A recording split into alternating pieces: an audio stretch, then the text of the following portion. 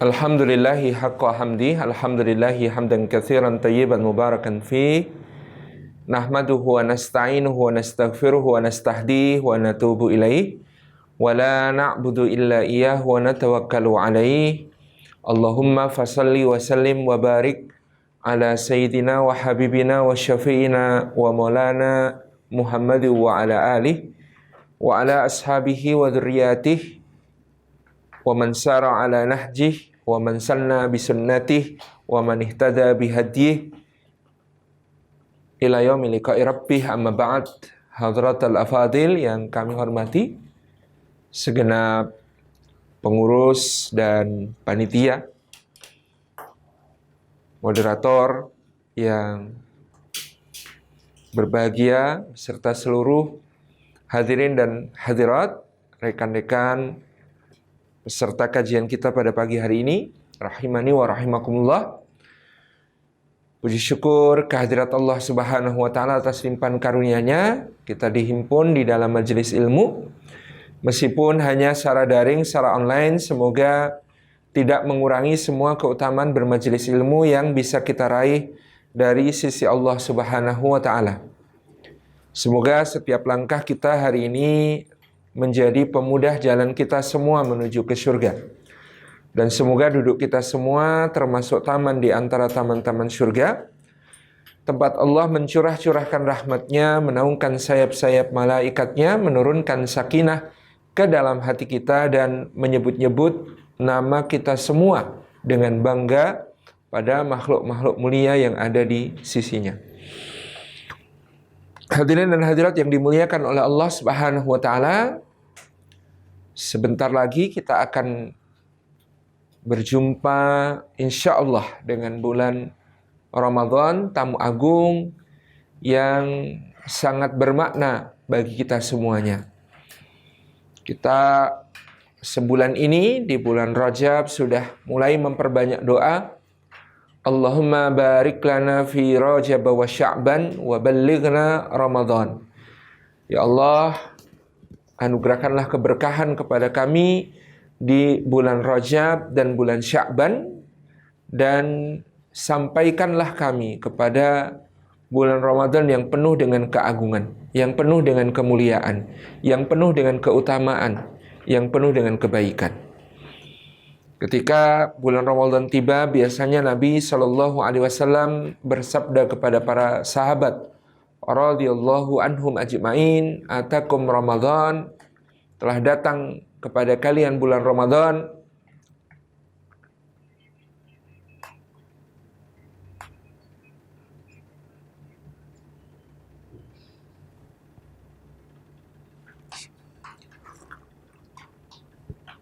Syahrun mubarak.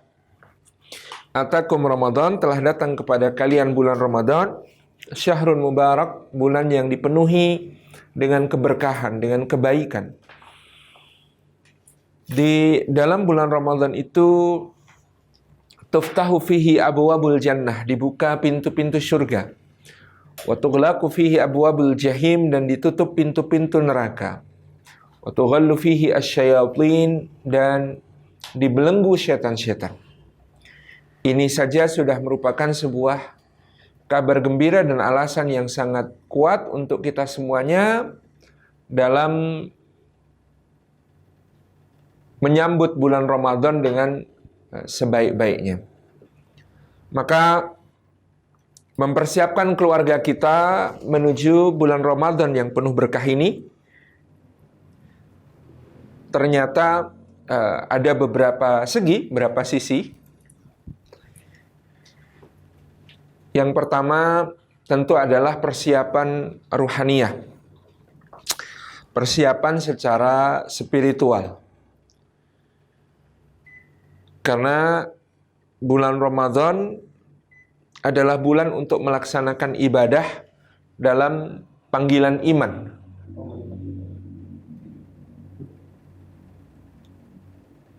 Di mana Allah Subhanahu wa taala memanggil kita semuanya, ya ayyuhalladzina amanu kutiba alaikumusyamu kama kutiba alal ladzina min qablikum la'allakum tattaqun. Allah Subhanahu wa taala memanggil dengan panggilan yang sangat indah, ya ayyuhalladzina amanu, wahai orang-orang yang beriman. Sebuah panggilan yang penuh dengan kemesraan, penuh dengan cinta dari Allah Subhanahu wa taala. Wahai orang-orang yang beriman, kutiba alaikumusiyam, diwajibkan atas kalian berpuasa. Kama kutiba alal ladzina min qablikum, sebagaimana diwajibkan atas orang-orang sebelum kalian, la'allakum tattaqun, supaya kalian semua bertakwa kepada Allah Subhanahu wa taala.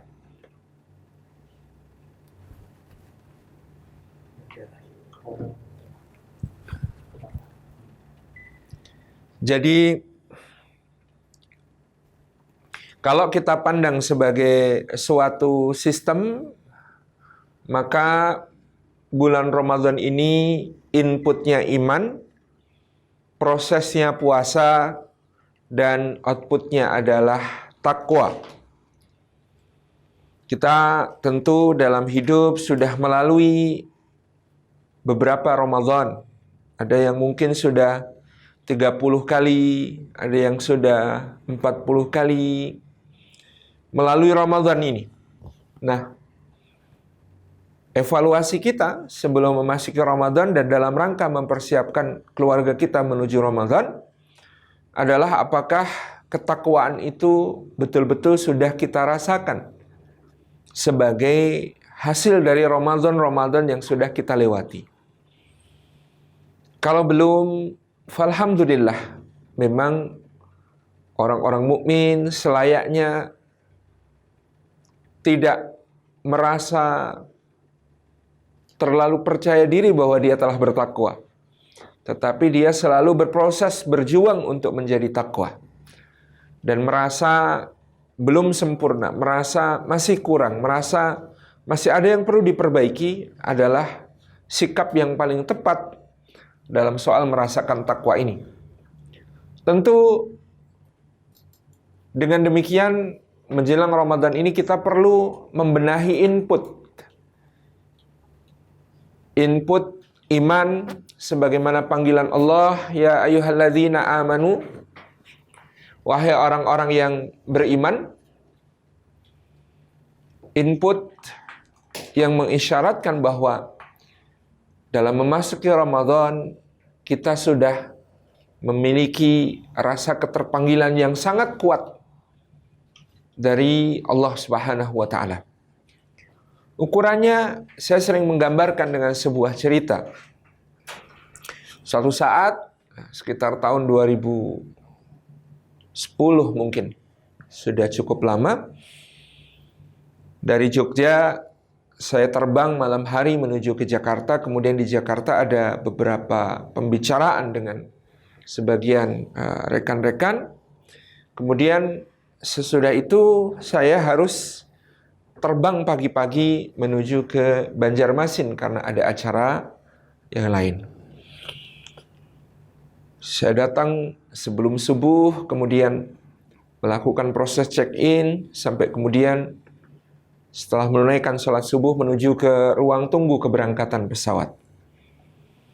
Di ruang tunggu keberangkatan pesawat karena cukup lelah dan terkantuk-kantuk, maka saya mendengar sebuah panggilan pengumuman kepada seluruh penumpang pesawat GA200 tujuan Yogyakarta, dipersilahkan segera naik ke pesawat melalui pintu F sekian pada saat itu. Saya dari posisi duduk terkantuk-kantuk langsung berdiri dan langsung menyadari bahwa saya berada di gerbang yang berbeda daripada yang diumumkan dari penumpang yang akan menuju ke Yogyakarta. Maka bergegas saya menuju ke arah pengumuman, ke gate yang dimaksud yang ada di seberang, dan kepada petugas boarding saya menunjukkan boarding pass saya. Ketika itulah petugasnya bertanya, "Loh, Bapak mau kemana?" Saya baru kemudian menyadari, oh iya, saya kan mau ke Banjarmasin. Oh iya, Banjarmasin ya Mas ya. Oh, salah gate Pak, ini panggilan untuk yang ke Jogja. Yang Banjarmasin ada di gate seberang, masih belum ada pengumuman boarding. Silahkan ditunggu. Tabarak Rahman. Saya tahu bahwa saya akan ke Banjarmasin, tapi dalam kondisi terkantuk-kantuk, setengah sadar, bawah sadar saya merasa terpanggil ketika yang dipanggil adalah penumpang menuju Yogyakarta. Rupanya di alam bawah sadar kita adalah orang Jogja, gitu ya. Ketika ada panggilan ke Jogja, langsung bergerak tanpa pikir panjang. Mudah-mudahan terhadap panggilan-panggilan keimanan dari Allah Subhanahu wa taala di dalam Al-Qur'anul Karim, beginilah yang kita rasakan. Setiap kali Allah memanggil, kita merasa, saya. Ya ayyuhalladzina amanu. Panggilan-panggilan kepada orang-orang yang beriman, ya. Kalau kita hitung dalam Al-Quran ada sekitar 92 kali dipadu dengan ya ayyuhal mu'minun, ya. Itu ada dalam buku tafsir yang khusus ditulis mengenai ayat-ayat ya ayyuhalladzina amanu oleh Syekh Abu Bakar Jabir Al-Jazairi. Judulnya Nidaatur Rahman li Ahlil Iman. Panggilan-panggilan Allah yang Maha Pengasih kepada para ahli keimanan. Masya Allah. Ini adalah satu neraca yang menjadi muhasabah kita semua. Apakah ketika kita dipanggil oleh Allah, ya ayyuhalladzina amanu, wahai orang-orang yang beriman, keterpanggilan itu terasa di dalam hati kita. Bahwa itu adalah aku yang dipanggil oleh Rabbku. Itu adalah aku yang dipanggil penciptaku. Itu adalah aku yang dipanggil pemberi rizkiku. Itu adalah aku yang dipanggil oleh pengatur segala urusanku. Itu adalah aku yang dipanggil oleh Zat yang maha memiliki dan menguasaiku, yang memelihara dan menjagaku. Kalau keterpanggilan ini belum terasa di dada kita, ketika Allah Subhanahu wa taala memanggil ya ayyuhalladzina amanu, berarti memang pembenahan kepada keimanan, persiapan ruhaniyah yang perlu segera kita tata sebelum memasuki bulan Ramadan, ini masih menjadi sebuah pekerjaan yang sangat serius. Ya ayyuhalladzina amanu, wahai orang-orang yang beriman, seberapa terpanggil kita pada apa yang dikemukakan oleh Allah Subhanahu wa taala ini. Dan untuk menguatkan keterpanggilan itu, tentu kita bisa melakukan berbagai upaya mengasah ruhaniyah kita, ya, termasuk dengan mulai memperbanyak doa tadi. Allahumma barik lana fi Rajab wa Sya'ban wa ballighna Ramadan. Sejak bulan Rajab kita sudah sangat merindukan Ramadan, sudah merasakan keterpanggilan untuk bermesra dengan Allah Subhanahu wa taala di waktu yang spesial. Tentu bulan Rajab sendiri waktu yang spesial karena dia adalah min arba'atin hurum, termasuk satu di antara 4 bulan yang paling mulia di sisi Allah. Tapi Ramadan tentu adalah semulia-mulianya bulan yang mulia. Sayyidus syuhur, menjadi penghulu seluruh bulan. Nah, maka bulan Rajab yang kita sudah berada di penghujung, yang sudah habis ini, adalah waktu untuk memulai persiapan itu. Kalau Rajab kemarin belum, kita masih punya bulan Sya'ban. Bulan di mana kita melakukan persiapan pra-Ramadan yang sebaik-baiknya. Di dalam Syarah Sahih Muslim, Imam An-Nawawi bahkan menyebutkan tentang bagaimana ibadah-ibadah itu yang utama senantiasa diapit oleh pra dan pasca.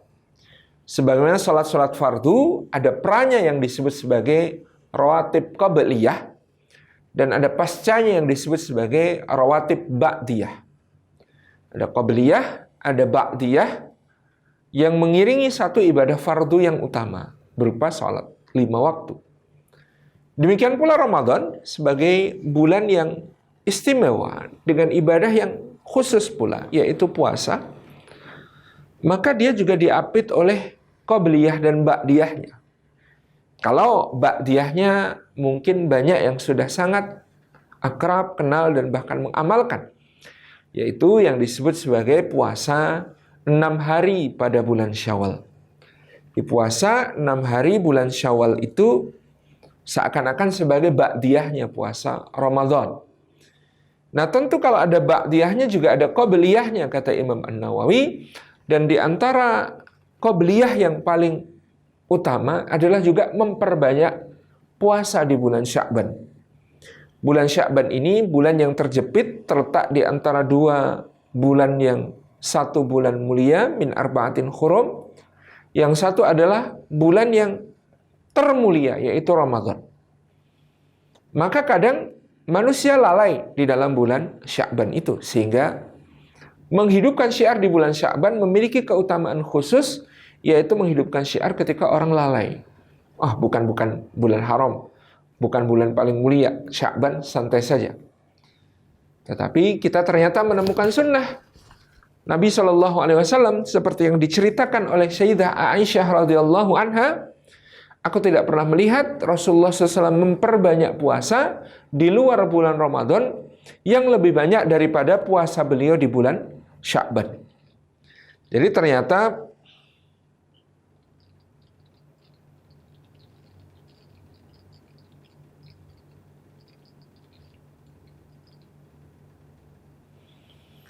ternyata di bulan Sya'ban Rasulullah SAW juga memperbanyak puasanya, sebagaimana di bulan Rajab juga terdapat riwayat di mana Rasulullah memperbanyak puasa dan intensitasnya meningkat. Bulan Rajab sudah memperbanyak puasa, bulan Sya'ban lebih banyak, karena kata Aisyah tidak ada di luar bulan Ramadan bulan yang Rasulullah lebih banyak berpuasa daripada bulan Sya'ban. Lalu nanti Ramadan sebulan penuh. Ini juga mengasah persiapan ruhani dalam rangka memasuki Ramadan yang sangat mulia. Persiapan ruhaniyah yang lain tentu adalah berakrab-akrab dengan kalamullah, dengan Al-Quranul Karim. Karena di ayat ke-185 surat Al-Baqarah kita menemukan Allah Subhanahu wa taala berfirman, "Syahrul Ramadan alladzi unzila fihi al-Qur'an hudal lin-nasi wa bayyinatin minal huda wal furqan. Faman syahida minkumus syahra falyasumhu." Bulan Ramadan itu adalah bulan yang di dalamnya diturunkan permulaan dari Al-Quranul Karim sebagai petunjuk bagi manusia. Dan penjelasan atas petunjuk itu serta furqan, kekuatan untuk membedakan hak dan batil, benar dan salah, baik dan buruk, terpuji dan tercela, halal dan haram, yang kemudian akan diikuti oleh manusia. Faman syahida minkumus syahra falyasum. Maka siapa yang hadir menyaksikan bulan Ramadan tersebut, ada di negerinya, tidak dalam keadaan sakit, tidak dalam keadaan safar, falyasumhu, maka hendaklah dia mempuasai bulan Ramadan itu.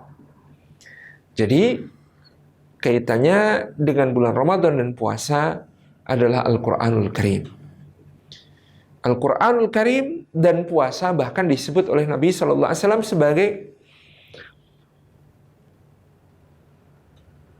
pasangan amal yang akan memberikan syafaat kepada seorang hamba kelak di akhirat. Puasa berkata, "Ya Rabbi, aku telah mencegahnya dari hal-hal yang memuaskan syahwatnya. Aku telah mengekangnya dari segala keinginan hawa nafsunya." Dan salat qiyamul lail yang di dalamnya ada Al-Quranul Karim, maka Al-Quranul Karim berkata, "Wahai Rabb, aku telah mencegahnya dari berbanyak-banyak tidur. Aku telah menahan matanya dari kantuk yang dia derita, untuk terus berakrab, bermesra denganmu melalui kalam." Maka demikianlah Al-Quran bersama puasa menjadi syafaat bagi ahlinya di hadapan Allah. Nah, kalau untuk mempersiapkan ruhani kita menjelang Ramadan, Rasulullah mencontohkan memperbanyak puasa pula di bulan Rajab, di bulan Sya'ban. Maka ikhtiar yang lain adalah tentu mengakrabkan diri dengan Al-Quranul Karim yang juga adalah muatan istimewa di dalam bulan Ramadan. Karena dia diturunkan di bulan Ramadan. Karena dia akan menjadi petunjuk. Karena dia akan menjadi penjelasan atas segala petunjuk itu dengan kisah-kisah, dengan perumpamaan-perumpamaan yang terbentang dari suratul Fatihah sampai suratul Nas. Dan Al-Quranul Karim akan menjadi kekuatan kita untuk menjaga diri dari segala yang batil, segala yang salah, segala yang jelek, segala yang buruk, segala yang nista, segala yang keji, segala yang haram. Dan itu bagian dari persiapan ruhani tadi. Jadi yang pertama memperbanyak doa, Allahumma barik lana fi Rajab wa Sya'ban wa ballighna Ramadan. Yang kedua memperbanyak puasa sebagai sunnah qabliyah menjelang Ramadan. Yang ketiga memperbanyak interaksi dengan Al-Quranul Karim. Karena Al-Quranul Karim adalah esensi dari bulan Ramadan. Karena Al-Quranul Karim adalah satu bagian terpenting yang pernah turun di bulan Ramadan dan menjadi aktivitas yang sangat intens di bulan Ramadan, serta bersama dengan puasa akan menjadi pemberi syafaat di sisi Allah Subhanahu wa taala. Kemudian persiapan ruhaniyah yang lain adalah memperbanyak taubat dan istighfar, memohon ampun kepada Allah Subhanahu wa taala atas segala dosa-dosa. Karena yang melemahkan kita untuk tidak dapat mengerjakan amal-amal saleh itu dosa. Hukuman yang diberikan oleh Allah kepada seorang mukmin yang berdosa adalah dia terhalang dari ketaatan, dia terhalang dari kebaikan, dia terhalang dari amal-amal saleh. Al-Imam Sufyan Ats-Tsauri rahimahullah ta'ala pernah mengatakan, aku pernah mengerjakan satu dosa, yang dengan dosa itu sampai-sampai aku terhalang dari qiyamul lail selama 40 malam. Bayangkan ulama seperti beliau dengan jujur mengakui pernah melakukan satu dosa, yang dosa ini ternyata membuat beliau terhalang dari melakukan qiyamul lail sampai 40 malam lamanya. Jadi dosa-dosa inilah yang memperberat kita untuk bangun malam, memperberat kita untuk menyimak mushaf, ya. 2 menit sudah buram dan terkantuk-kantuk gitu ya. Memperberat kita untuk membaca Al-Quran, memperberat kita untuk melaksanakan puasa dan menjaga hak-haknya puasa. Itu dosa-dosa. Maka di antara persiapan ruhaniyah menuju kepada Ramadan adalah memperbanyak taubat, memperbanyak istighfar, memperbanyak mohon ampun kepada Allah Subhanahu wa taala. Betul, bulan Ramadan bulan ampunan. Justru karena bulan Ramadan adalah syiar sebagai syahrul maghfirah, bulan ampunan, kita sudah harus bersiap-siap sejak sekarang membiasakan diri kita untuk memperbanyak taubat, memperbanyak istighfar, memperbanyak mohon ampun. Jadi tidak menunggu Ramadan untuk bertobat, tidak menunggu Ramadan untuk beristighfar, tidak menunggu Ramadan untuk mohon ampun. Dari sejak sekarang kita mohon ampun kepada Allah. Karena kita tidak pernah tahu dosa-dosa kita seberapa banyak. Kita mungkin lalai dan alpa. Atas dosa-dosa kita ada yang kita sadari, ada yang tidak kita sadari. Yang kita sadari lalu kita bertaubat, kita mohon ampun, kita beristighfar. Boleh jadi sudah diampuni, boleh jadi juga belum. Sebagaimana juga dosa-dosa yang lain yang kadang-kadang kita bahkan tidak menyadari. Maka tidak pernah ada ruginya yang namanya memperbanyak taubat, memperbanyak istighfar, memperbanyak mohon ampun kepada Allah Subhanahu wa taala. Hatta Nabi Shallallahu alaihi wasallam beristighfar, memohon ampun kepada Allah, bertaubat kepadanya sehari semalam, dalam satu riwayat 70, dalam satu riwayat lain 100 kali. Itu adalah beliau yang maksum, yang terjaga dari dosa-dosa, yang tidak melakukan kesalahan-kesalahan. Itu saja beliau SAW memperbanyak taubat dan istighfarnya untuk terus menjaga kualitas ruhaniyahnya tadi. Karena kita sudah menyebut dosalah yang membuat kita terhalang dari melakukan amal saleh dan ketaatan. Dan juga dosalah yang menghalangi kemesraan kita dengan Allah Subhanahu wa taala. Dosalah yang menyumbat saluran doa-doa kita ketika dipanjatkan kepada Allah sehingga tidak kunjung dikabulkan. Sehingga para ulama berpesan, jangan kau cela lambatnya jawaban doa turun kepadamu sementara engkau menyumbat jalurnya dengan dosa-dosa. Jadi istighfar, taubat, mohon ampun kepada Allah jangan ditunda, apalagi nanti aja kalau Ramadan kita tidak pernah tahu apakah umur kita akan sampai kepada Ramadan, sehingga kita perlu bergegas bertaubat, mohon ampun kepada Allah, dan itu yang akan membuat kekuatan rohani kita meningkat. Karena dengan dibersihkan dosa-dosa kita, insya Allah kita akan dimudahkan untuk melakukan amal-amal saleh. Berdoa yang pertama, Allahumma barik lana fi Rajab wa Sya'ban wa ballighna Ramadan. Yang kedua, memperbanyak puasa, ya. Sebagaimana Nabi SAW mempersiapkan diri di bulan Rajab, lalu bulan Sya'ban sudah memperbanyak puasa. Yang ketiga, mengintensifkan interaksi dengan Al-Quranul Karim, ya. Karena adalah bagian dari esensi Ramadan nanti adalah Al-Quran, dan puasa berpadu memberi syafaat untuk kita di sisi Allah. Yang keempat adalah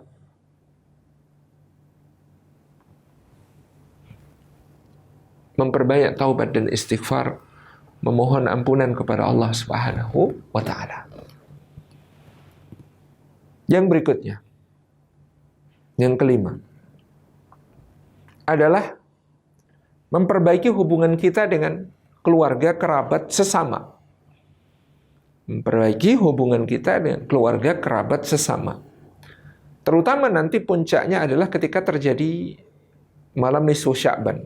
Ada banyak pembahasan tentang nisfu Sya'ban, tapi di antara hadis yang sahih yang sampai kepada kita tentang keutamaan malam nisfu Sya'ban adalah pada malam itu Allah mengampuni dosa semua makhluknya kecuali dua, yang mengerjakan kesyirikan dan yang memutus silaturahmi atau bertengkar dengan saudaranya sama mukmin, yang dia berkonflik dengan saudara sesama beriman. Itu yang terkecualikan dari ampunan Allah yang sangat besar pada nisfu Sya'ban.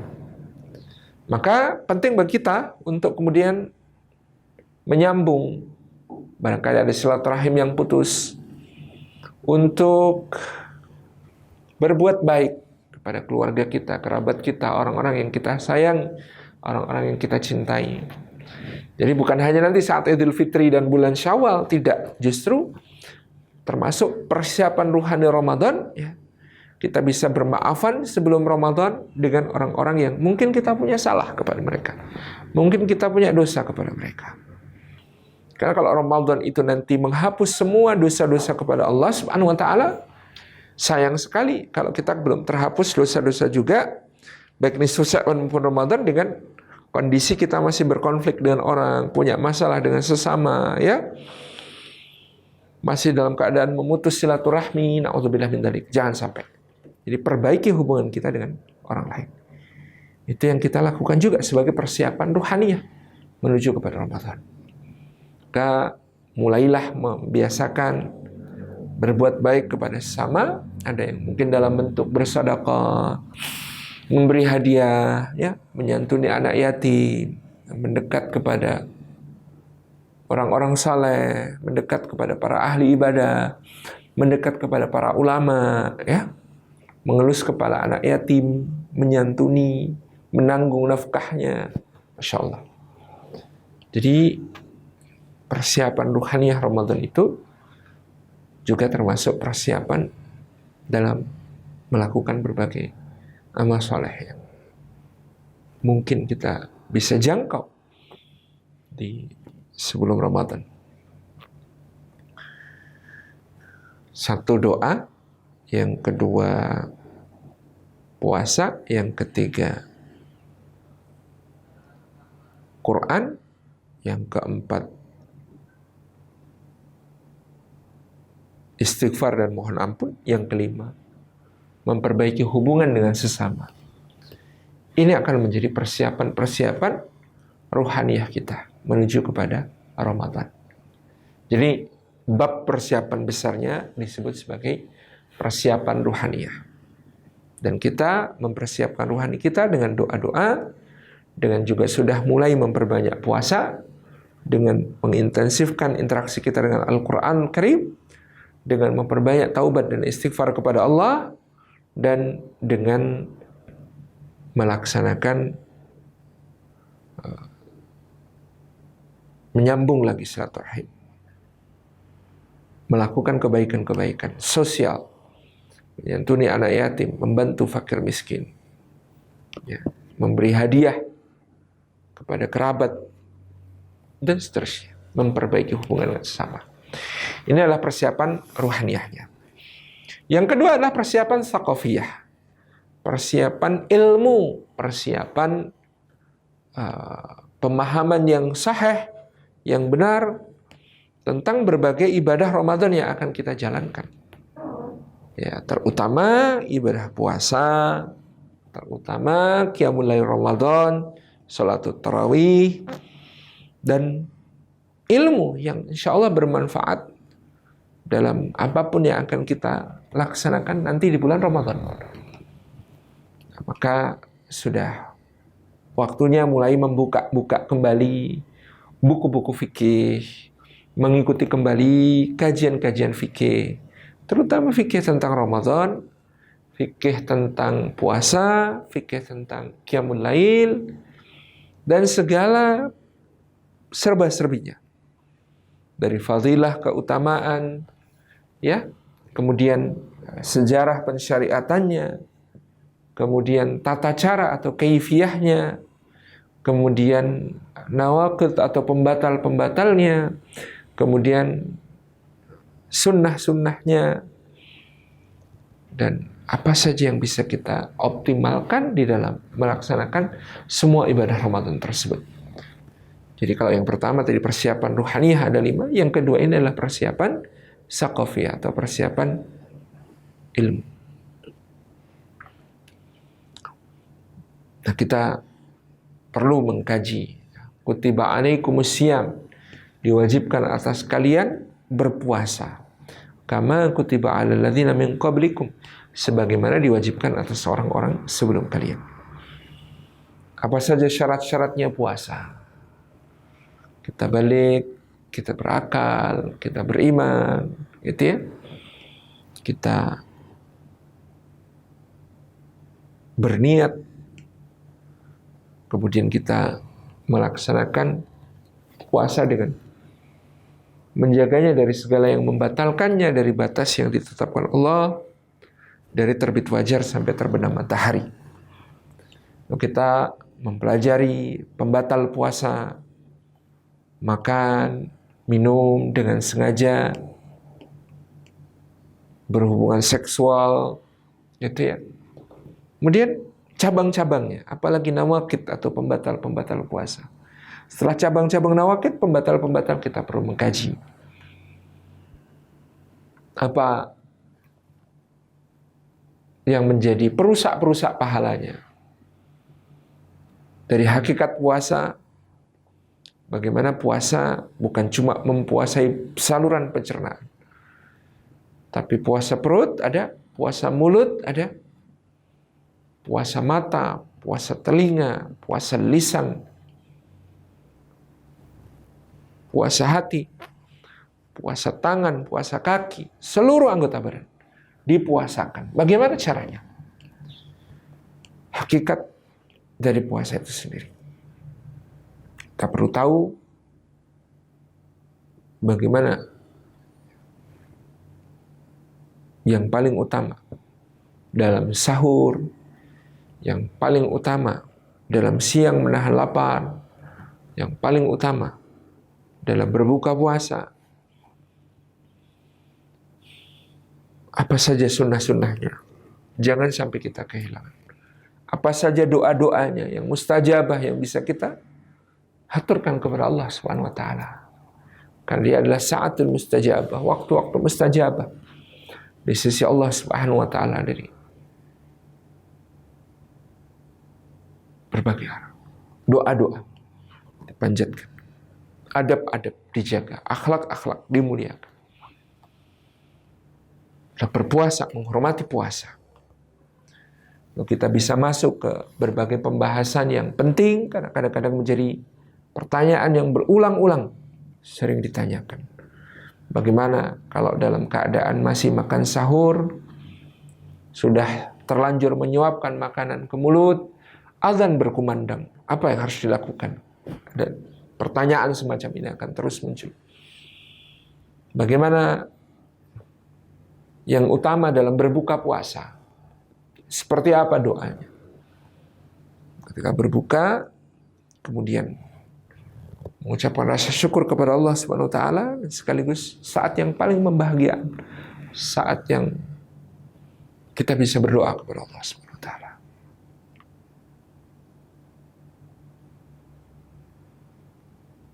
Kemudian juga kita perlu mengetahui bagaimana fikihnya di dalam salat qiyamul lail. Muncul pertanyaan-pertanyaan, apakah qiyamul lail harus tidur terlebih dahulu dan kemudian dilangsungkan sebagai tahajud? Kalau sudah ikut salat tarawih, apakah masih boleh melaksanakan salat malam di rumah atau bertahajud? Atau bagaimana kalau sudah terlanjur witir, apakah masih bisa salat lagi? Padahal menurut hadis witir adalah penutup salat-salat malam. Lalu bagaimana kalau salat lagi, apakah ditutup dengan witir lagi juga?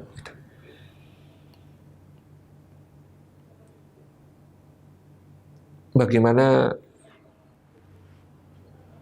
hukumnya ini, hukumnya itu? Tidur dalam puasa. Lalu bagaimana kalau ihtilam, kalau mimpi sampai mengeluarkan mani? Fikihnya ada berbagai hal yang kemudian harus difahami. Bagaimana kalau terlupa sehingga kemudian makan, ya, sudah memasukkan makanan ke mulut, lalu tiba-tiba teringat bahwa sedang berpuasa, lalu bagaimana kemudian mengoptimalkan waktu puasa, diisi dengan kegiatan yang seperti apa saja, zikir-zikirnya apa, bacaan-bacaannya apa, bagaimana kemudian kita mengatur tilawah kita supaya optimal selama bulan Ramadan, bisa khatam paling tidak sekali, atau bahkan 2 kali, atau bahkan 3 kali, atau 4 kali, atau 5 kali menghatamkan Al-Quran di bulan Ramadan. Bagaimana menyusun programnya? Semuanya memerlukan ilmu. Maka setelah yang pertama persiapan rohaniyah, yang kedua mempersiapkan keluarga menyambut Ramadan dengan persiapan sakafiyah atau persiapan ilmunya. Penting menjelaskan kepada istri, menjelaskan kepada anak, ya, memberikan pemahaman tentang bulan Ramadan yang akan dimasuki. Kalau ada anak-anak yang sudah mulai masuk ke usia untuk memerintahkan ibadah kepada mereka, misalnya usia 7 tahun, bagaimana kemudian mulai mengajak mereka berpuasa, bagaimana caranya memotivasi mereka, menjelaskan kepada mereka keutamaan dan keuntungannya berpuasa. Semuanya memerlukan ilmu. Kita sendirinya perlu berilmu, lalu setelah itu kita membagi ilmu itu kepada orang-orang di sekitar kita yang kita cintai, keluarga kita.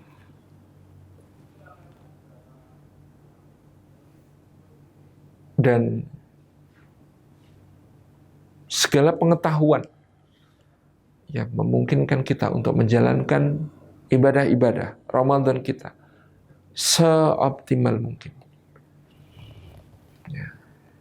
Optimal dalam puasanya, optimal qiyamul lailnya, optimal ibadah-ibadah lainnya, optimal sedekahnya, zakatnya, infaknya, tilawah Qur'annya, semuanya. Ini persiapan sakofiyah, ilmu. Kalau belum ada buku tentang fikih khusus puasa dan bulan Ramadan, segera alokasikan anggaran untuk membeli buku tentang fikih-fikih saum, fikih-fikih Ramadan. Penting. Bagaimana dengan ibu hamil dan menyusui? Apakah dia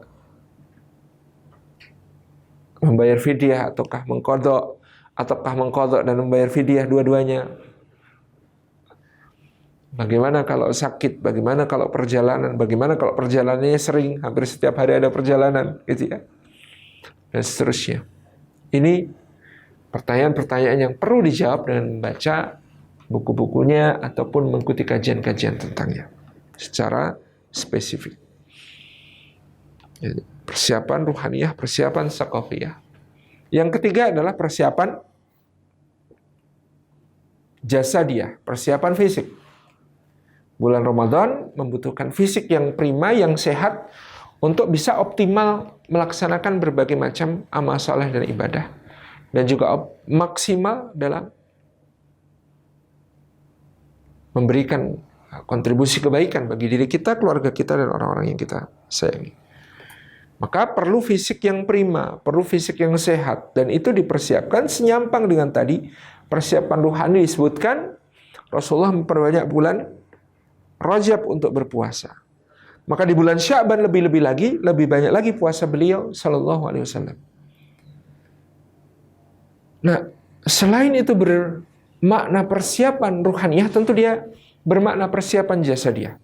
Coba lihat kita, kalau kemudian belum terbiasa berpuasa Ramadan, atau belum terbiasa berpuasa ketika memasuki Ramadan, maka awal-awal Ramadan akan menjadi saat-saat adaptasi yang sangat menguras energi bagi kita.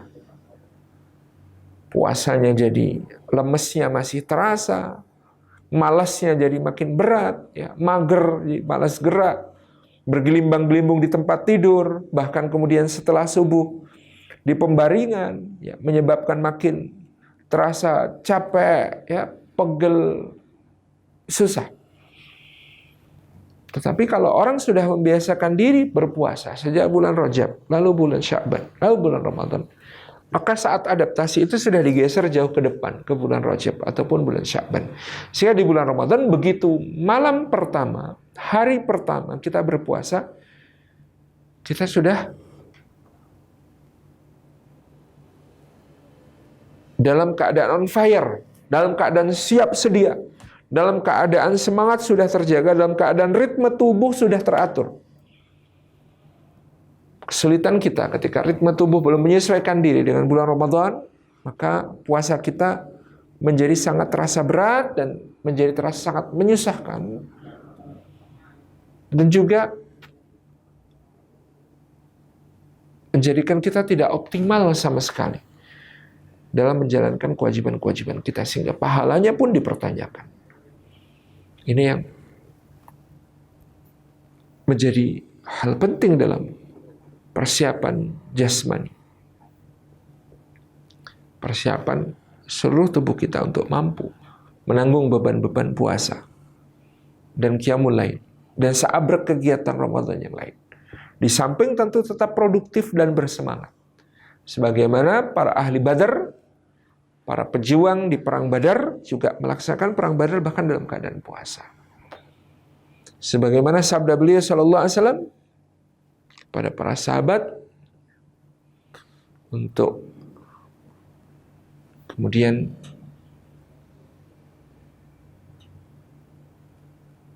mengoptimalkan waktu yang ada untuk menghadapi datangnya bulan Ramadan yang sangat agung. Jadi ada persiapan ruhaniyah, persiapan tsaqafiyah ilmunya, dan persiapan yang bersifat fisik supaya kita menjadi orang-orang yang tidak perlu lagi banyak beradaptasi di awal Ramadan, tidak lagi menjadi kacau jadwal tidur, tidak lagi menjadi terasa kacau jadwal makan dan jadwal minum, karena semua sudah diukur dan diatur. Dari sana kita menyongsong bulan Ramadan dengan penuh semangat dan sekaligus fisik yang sudah terbiasa dan tertata untuk menanggung beban-beban ibadah di bulan Ramadan yang tentu jauh lebih dahsyat. Yang berikutnya mungkin adalah persiapan finansial, persiapan ekonomi.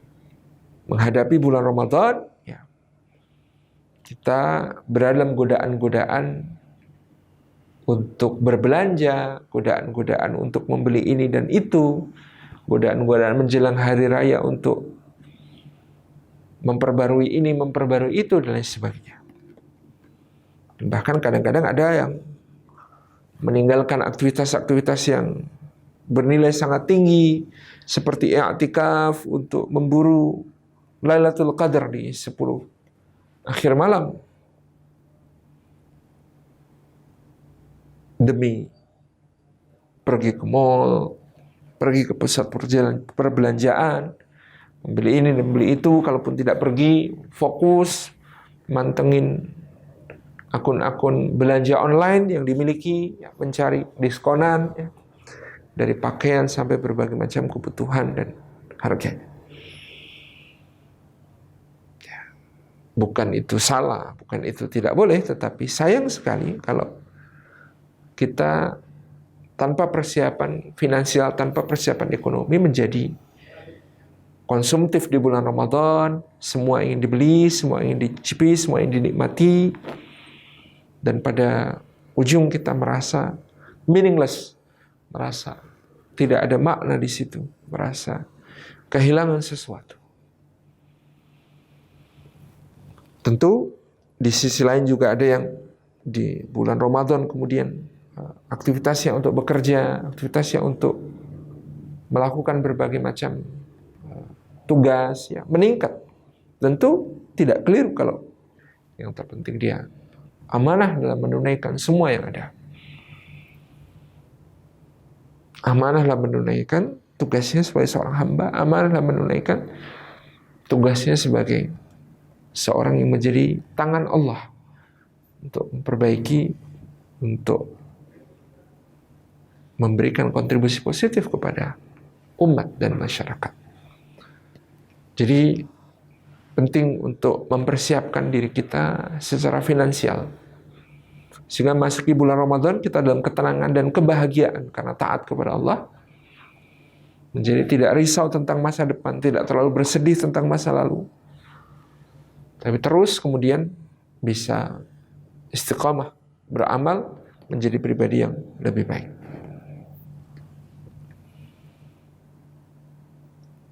Yang pertama, persiapan ruhani. Ada doa, ada puasa, ada Al-Quran, ada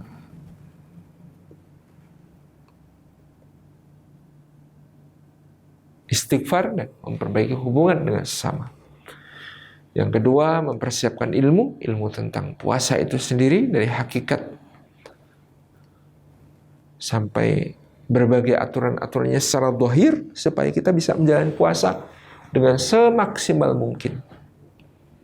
Dan yang ketiga, kita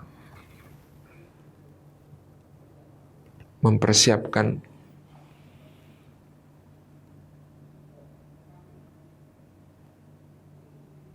jasadiah kita, fisik kita, untuk menghadapi beban-beban ibadah di bulan Ramadan yang juga lebih dahsyat.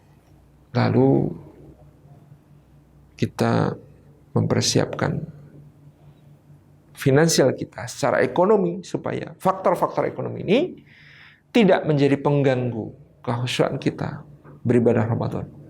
Itu bahwa ibadah Ramadan itu ada yang dalam bentuk kegiatan yang sangat duniawi, tetapi karena hatinya dirundukkan kepada Allah, diniatkan untuk ta'zim kepada syiar-syiar Allah, maka menjadilah dia sebagai amalan yang sahih di sisi gurunya.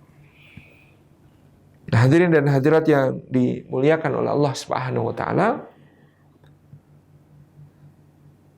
selain itu tentu ada persiapan sosial, persiapan secara ijtimai, karena amal-amal kita di bulan Ramadan ada yang dimensinya tidak hanya pribadi, tetapi bersifat sosial. Bahkan kalau mungkin sudah merencanakan nantinya kepada siapa zakat kita akan diberikan, sedekah kita akan diberikan, bakti sosial kita akan diselenggarakan, dan berbagai kegiatan yang lain